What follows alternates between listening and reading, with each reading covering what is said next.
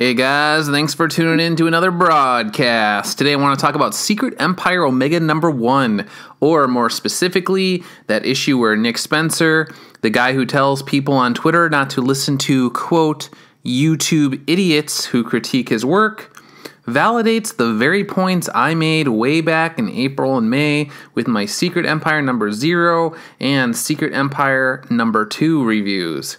First, some context for new viewers. As has already been established, we know that Nick Spencer watches my videos. Within 30 minutes or so of posting my Deus Ex Barfina review not too long ago, he took to Twitter with his Why Barf Matters tweet, along with a defense of his God in the Barf literary device. Then, after Diversity in Comics, Captain Cummings, myself, and others started videos on the August 2017 industry sales tumble, he warned all of his followers not to listen to, again, YouTube idiots. Okay, with that said, here's my recap of my videos: Nick Spencer pens love letter to postmodernism, and Nick Spencer sells the joy of joylessness, among others. In short, I've talked about the dangers to the industry posed by A, hero versus hero tales, B, moral relativism, and C, constant deconstructions of heroes that do nothing but drag them through the mud. Secret Empire Omega #1 starts with Kobuk Memory Cap saying, "The war is over," with an image of a Hydra ship crashed near the Washington Monument. Personally, it made me think of sales for the summer event in the Hindenburg, but I digress. Anyway, the whole issue is Hydra Cap arguing with Kobuk Memory Cap about who they are, what they represent, and the ramifications of the whole ordeal. Kobuk Memory Cap talks about how he reached out to a child after the final battle, and the boy's hand flinched.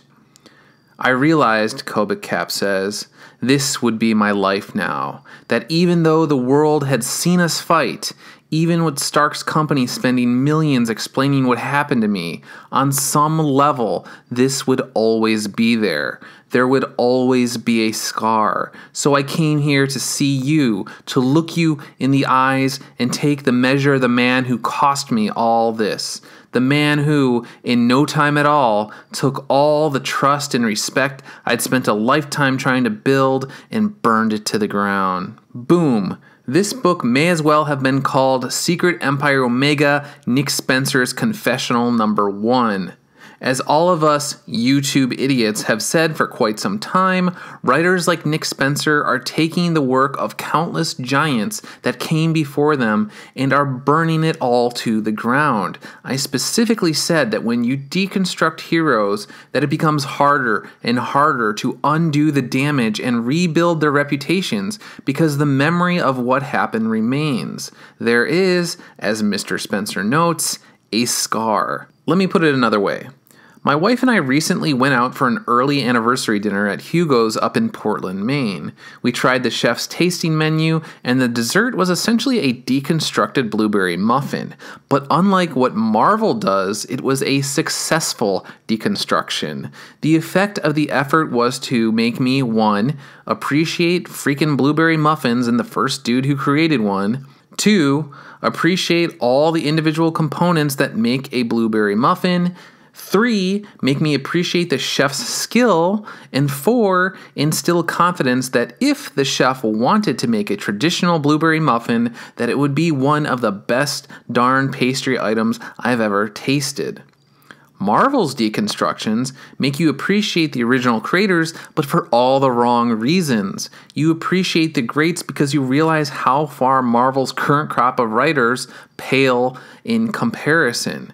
You appreciate everything that makes Captain America Captain America, but you realize that guys like Nick Spencer cannot undo the scars, even if they had the desire. If Nick Spencer were a chef at Hugo's, he would buy a blueberry muffin at a local bakery, smash it with his hands, and serve it to you on a plate. If you told him it was an insult to the culinary arts, he would call you a YouTube idiot.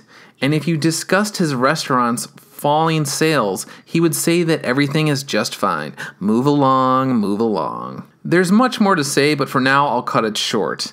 Feel free to sound off in the comments section on Spencer's political allegory, the repercussions it's had for characters like the Punisher, your thoughts on Kobuk Cap, and anything else related to Secret Empire in the comments section below.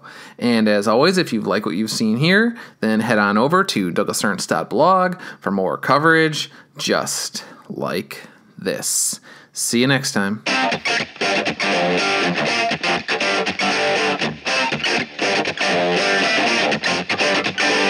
Hey guys, for today's bonus section, I want to really quickly address the 9/11 tweet by writer Aubrey Sitterson that went as follows.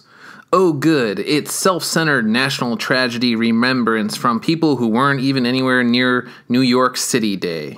For those of you who don't know who he is, he's done work with IDW on G.I. Joe, along with other stuff over the years. Although if you want to see two good videos, I'd point to Diversity in Comics and Captain Cummings. Anyway, I would like to point out that when guys like Nick Spencer deny that sales are an issue these days and plead with followers not to watch channels like this, it's because they know that we honestly talk about it. If you want to see shameless shilling, then head on over to Bleeding Cool and Rich Johnson's take. It's just downright embarrassing. Here's the deal. Mr. Sitterson's tweet is a classic example of projection, where his self-centered, look how awesome and witty I am message about 9/11 memorials is that which he claims to detest. He has declared himself the arbiter of appropriate mourning for a terror attack that was national in nature with global repercussions. I was in Chicago on 9/11, and my sister called me from New York's financial district and literally said, "A plane just flew by my window. What's going on?" The day just got worse from there, and then years later, one of my friends would go on to have his head blown off by a sniper in the wars that followed. The point is that I was not in New York City on 9/11, but the date completely altered the trajectory of my life, along with the lives of my friends and family. It is downright disgusting for a clown like Mr. Sitterson to put himself on a moral pedestal and lecture the rest of us how to mourn, particularly since he's guilty of the very thing he's claiming others do. Look at his feed. He uses 9/11 to score political potshots and then backtracks when social media calls him out for acting like a total scumbag. But yet Nick Spencer and his friends want to deny that this kind of behavior is killing the industry. It's unreal.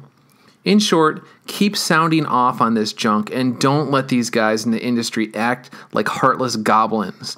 They may get a free pass from guys like Rich Johnson, but as long as we continue to call them out when appropriate, then our momentum will build. That's about it for now. Thanks to everyone who tunes in, thanks for all your comments, and thanks to everyone who has pledged on Patreon.